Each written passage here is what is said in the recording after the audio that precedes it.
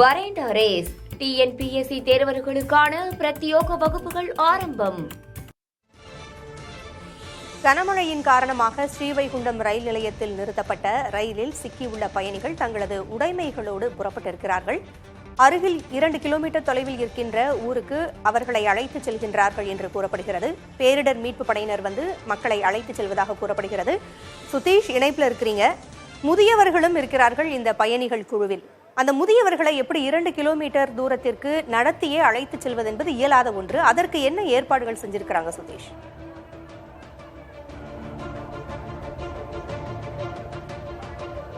பூங்குழலி, நாம் தற்போது இங்கு இருக்கக்கூடிய சூழல் என்பது இந்த ரயில் நின்று கொடுக்கக்கூடிய ஸ்ரீகுண்டம் பகுதியிலிருந்து சேதிங்கநல்லூர், கருங்குளம் போன்ற திருநெல்வேலி போன்ற பகுதிகளுக்கு செல்லக்கூடிய வழிகள் அனைத்துமே தண்ணீரில் மூழ்கி இருக்கக்கூடிய ஒரு காட்சியாகத்தான் இருக்கிறது. ஆனால் இங்கு முதியவர்கள் அதிகமாக இருக்கிறார்கள், குழந்தைகள் இருக்கிறார்கள், பெண்கள் அதிகமாக இருக்கிறார்கள். அவர்கள் அந்த பகுதியில் நடந்து செல்லக்கூடிய ஒரு சிரமமான ஒரு சூழல் தான் தற்போது இங்கு நிலவி வருகிறது. இருந்த போதிலும் கூட அங்க ஒரு 15 கிலோமீட்டர் அளவிற்கு அந்த தண்ணீர் மார்க்கமாக படகுகளை கொண்டு வர முடியாது, போக்குவரத்து இல்லை. அதனால் முற்றிலுமாக தடைபட்டிருக்கக்கூடிய ஒரு சூழ்நிலையில் 2 கிலோமீட்டர் தொலைவிற்கு சென்று ஒரு அந்த பொன்னங்குறிச்சி என்ற பகுதிக்கு சென்று அங்கிருந்து படகுகள் மூலமாகவோ அல்லது சிறிய போக்குவரத்து மூலமாகவோ அங்கிருந்து பயணிகளை அனுப்பி வைப்பதற்கான ஏற்பாடுகள் தான் தற்போது நடைபெற்று வருவதாக கூறப்படுகிறது. இந்த பகுதி கிராம மக்கள் நேற்று முதலே அவர்கள் உணவுகளை சமைத்து இந்த பகுதி மக்கள் ரயில் பயணிகளுக்கு உணவுகளை வழங்கக்கூடிய ஒரு சூழல் இருந்து வருகிறது. ஏனென்றால் மீட்புக்குழு மூலமாக உணவு சரியாக வந்து சேரவில்லை என்ற ஒரு குற்றச்சாட்டு ரயில் பயணிகள் தொடர்ந்து வைத்தார்கள். சொல்லுங்க, இப்ப நீங்க எப்ப இருந்து உணவு சமைச்சு கொடுத்துட்டு இருக்கீங்க? இந்த பகுதியில் எது மாதிரியான சூழல் இருந்தது நீங்க பார்க்கும்போது? நேற்று காலையிலேருந்து சமையல் பண்ணி கொடுத்துட்டு இருக்கோம்.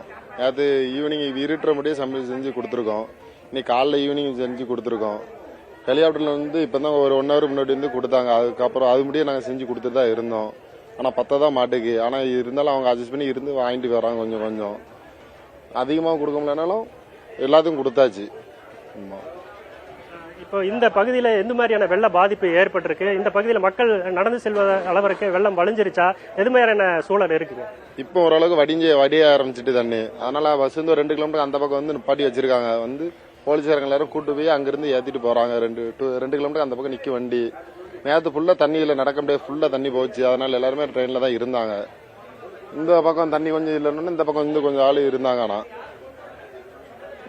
இப்ப அவங்க செல்லக்கூடிய பகுதி என்ன பகுதி? அங்கிருந்து வந்து பஸ்ஸோ இல்ல படகோ வருவதற்கு அங்க இருக்க வாய்ப்பு இருக்கு? அவங்களை கூட்டிட்டு போக முடியுமா? இப்ப வந்து பஸ் அங்க கொண்டு வந்துட்டாங்களா? 2 பஸ் நிக்கும், 4 பஸ் நிக்குதான். வந்து அங்கிருந்து இப்ப கூட்டிட்டு கிளம்ப ஆரம்பிச்சிட்டாங்கண்ணா. இங்க இருந்து ஆனா திருநெல்வேலி போறது கொஞ்சம் டவுட் தான். வேற இடத்துக்கு கூட்டு போய் சேஃப்டியா வைக்காங்க. இந்த இடத்துல இருந்து சுத்தி தண்ணி இருக்குல்ல, அதனால வந்து கொஞ்சம் தள்ளி கொண்டு போய் நிப்பாட்டி வச்சிருக்காங்க இப்போதைக்கு. அதுக்கப்புறம் அங்கிருந்து பார்த்து கூட்டு போய் திருநெல்வேலியில இருந்து பஸ் ஏற்றி விடுறேன்னு சொல்லியிருக்காங்க போலீஸ் எல்லாம். பூங்குழலி, தொடர்ச்சியாக தற்போது இங்கிருந்து ரயில் பயணிகள் செல்லக்கூடிய ஒரு காட்சிகளை பார்க்க முடிகிறது. நேற்று முன்தினம் இரவு முதலே ரயில் பயணிகள் இங்கு இருக்கிறார்கள். அவர்கள் உணவு எது மாதிரியான பிரச்சனைகள் அவர்களுக்கு இருந்தது என்று அவர்களிடம் நேரடியாக கேட்கலாம். சொல்லுங்க, நீங்க எங்க இருந்து வர்றீங்க? Railway stop sir, RPF railway stop. எனக்கு ஒரு பிரச்சனை இல்ல. பூங்குழலி, தற்போது ரயில்வே நிர்வாகத்தை சேர்ந்தவர்கள் பணியாளர்கள் இருக்கிறார்கள், அவர்களிடம் பேசலாம். சொல்லுங்க, நீங்க எந்த பகுதியை சேர்ந்த ரயில்வே பணியாளர்கள்? இங்க எது மாதிரியான நடவடிக்கைகள் இருக்கு? திருநெல்வேலி. அவர் சார் வந்து கமர்ஷியல் பிரான்ச் ரயில்வேல இருக்காங்க. எங்களால முடிஞ்ச அளவுக்கு எங்க சரௌண்டிங்ஸ் ஃபுல்லா 10 கிலோமீட்டர் ஃபுல்லா தண்ணி. எப்படியும் வர முடியல எங்களால. 2-3 ட்ரிப் வர ட்ரை பண்ணி வர முடியாம நேத்து வந்துட்டு இவங்க லாரியில தான் வந்தோம். லாரியில வந்து 10 பேர் வந்தோம். அங்கேயே இறங்கி நின்றுட்டு நைட் அங்கே தங்கிட்டு மார்னிங் கிடைச்ச ஃபுட்டு, கிடைச்ச வாட்டர் பாட்டில் தோல் தூக்கிட்டு வந்துட்டு ஒரு 3 கிலோமீட்டர் நடந்து வந்து இவங்களுக்கு கொடுத்துட்டோம். இப்போ ஹெலிகாப்டர்ல வந்து ஃபுட்டு சப்ளை பண்ணியிருக்காங்க, அதையும் கொடுத்துருக்கோம். கொடுத்த அளவுக்கு மேக்ஸிமம் எல்லாம் ரெஸ்கியூ பண்ணி NDRF டீம் வந்திருக்காங்க, அதுவும் கொடுத்துருக்கோம். அவங்க போயிட்டு இருக்காங்க, மக்கள் எல்லாம் போயிட்டு இருக்காங்க.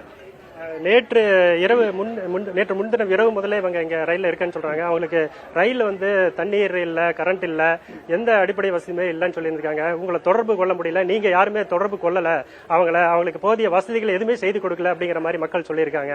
ஏன் அவங்கள தொடர்பு கொள்ள முடியல? வருவதற்கான என்ன சாத்தியக்கூறு இல்லாமல் இருந்துச்சு?